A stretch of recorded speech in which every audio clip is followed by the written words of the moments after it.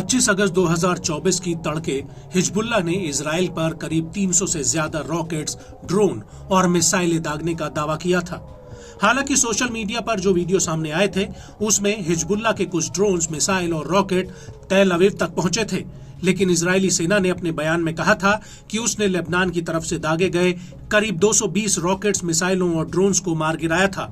और इससे पहले इजरायली सेना ने अपने 100 लड़ाकू जेट्स से दक्षिणी लेबनान में हिजबुल्ला के सैकड़ों लॉन्चर्स को तबाह करने का दावा किया था।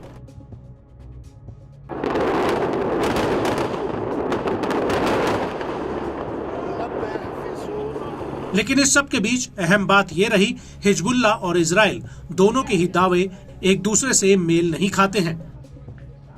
लेकिन अब ईरानी सेना के चीफ ऑफ स्टाफ ने हिजबुल्ला के इस हमले की सराहना की है।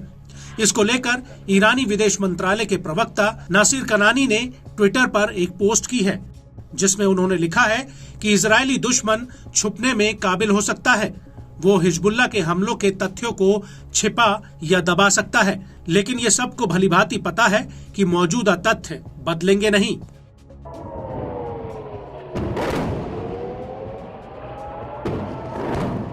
अपने इस बयान में ईरान ने आगे कहा कि इजराइल इस तरह के हमलों को रोक पाने की ताकत को खो चुका है।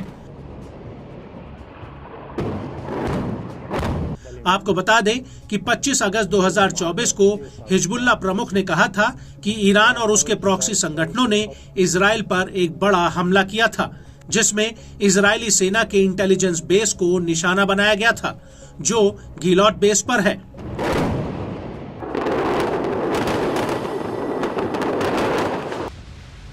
कनानी ने आगे कहा कि इजराइल की सेना अपनी आक्रामकता और रोकथाम की ताकत को खो चुकी है और अब उसे रणनीतिक हमलों से खुद को बचाना चाहिए।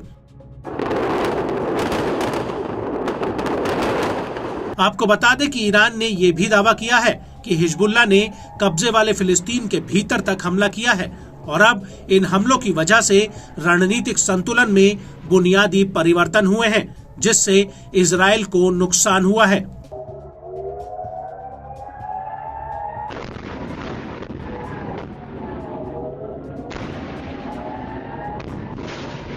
वहीं ईरानी सेना के chief of staff Mohammad Bagheri ने हिजबुल्ला की पीठ थपथपाते हुए कहा कि हिजबुल्ला का इजराइल पर हमला ईरान और सहयोगियों का इजराइल के खिलाफ बदले का हिस्सा था।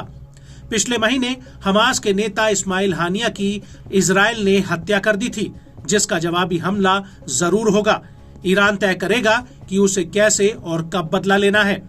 प्रतिरोध की धुरी इस्माइल हानिया के खून का बदला लेगी। प्रत्येक सदस्य अपनी योजना और क्षमता के हिसाब से ये तय करेगा। हमने कल जो देखा, हिजबुल्ला का हमला वो बदले का हिस्सा था।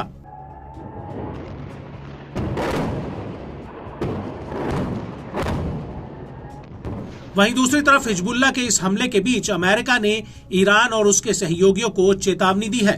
अमेरिका का कहना है कि ईरान इजराइल के लिए खतरा पैदा कर रहा है।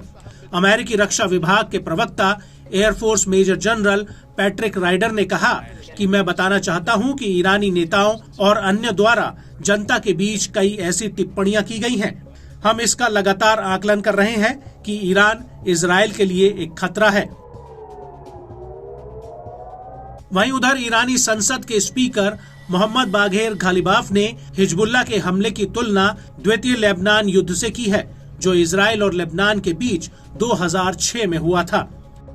गालिबाफ ने अपने एक बयान में कहा कि इजराइल की आज की हार साल 2006 में हुए हमले की हार के बराबर है और वो इस हार को छिपा नहीं सकते हैं।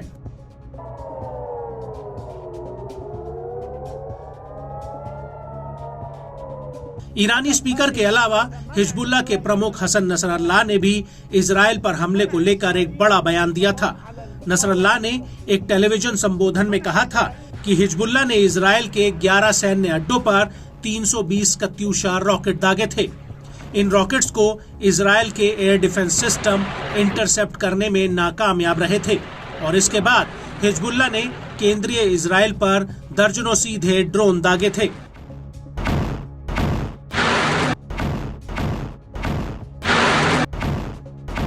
लेकिन इजरायली सेना ने कहा था कि उसने हिजबुल्ला के अधिकतर हमलों को नाकाम कर दिया था। और किसी भी सैन्य अड्डे को नुकसान नहीं हुआ था, लेकिन एक इंटरसेप्टर के नुकीले पंख की वजह से एक पेट्रोलिंग नाव पर मौजूद एक इजरायली नौसैनिक की मौत जरूर हो गई थी।